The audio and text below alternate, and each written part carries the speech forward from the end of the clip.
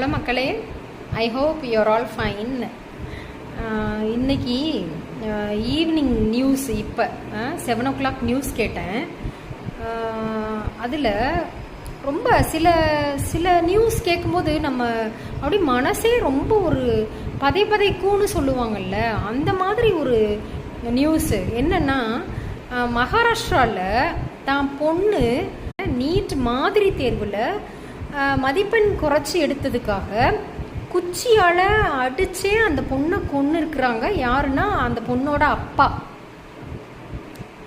So இந்த நியூஸை கேட்ட உடனே உண்மையிலேயே ரொம்ப இதுக்கு நம்ம எப்படி எடுத்துக்கிறதுங்கிறதே தெரியல.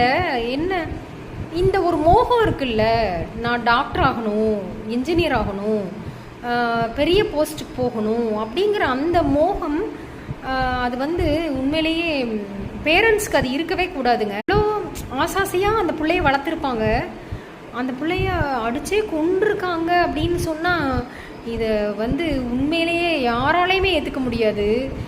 ஏங்க எல்லாருமே டாக்டர் ஆனால் தான் லைஃபா?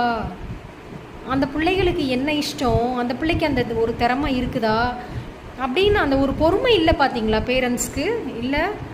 ஸோ இது ரொம்ப அவமானமாக இருக்குது இந்த மனுஷங்களை நினச்சா. இது வேற எங்கேயும் நடக்கவே கூடாது. இது என்ன சொல்கிறது, 6 அறிவுள்ள மனுஷங்க தானா அப்படிங்கிறது எனக்கு ரொம்பவே சந்தேகமாக இருக்குது. தெரியல.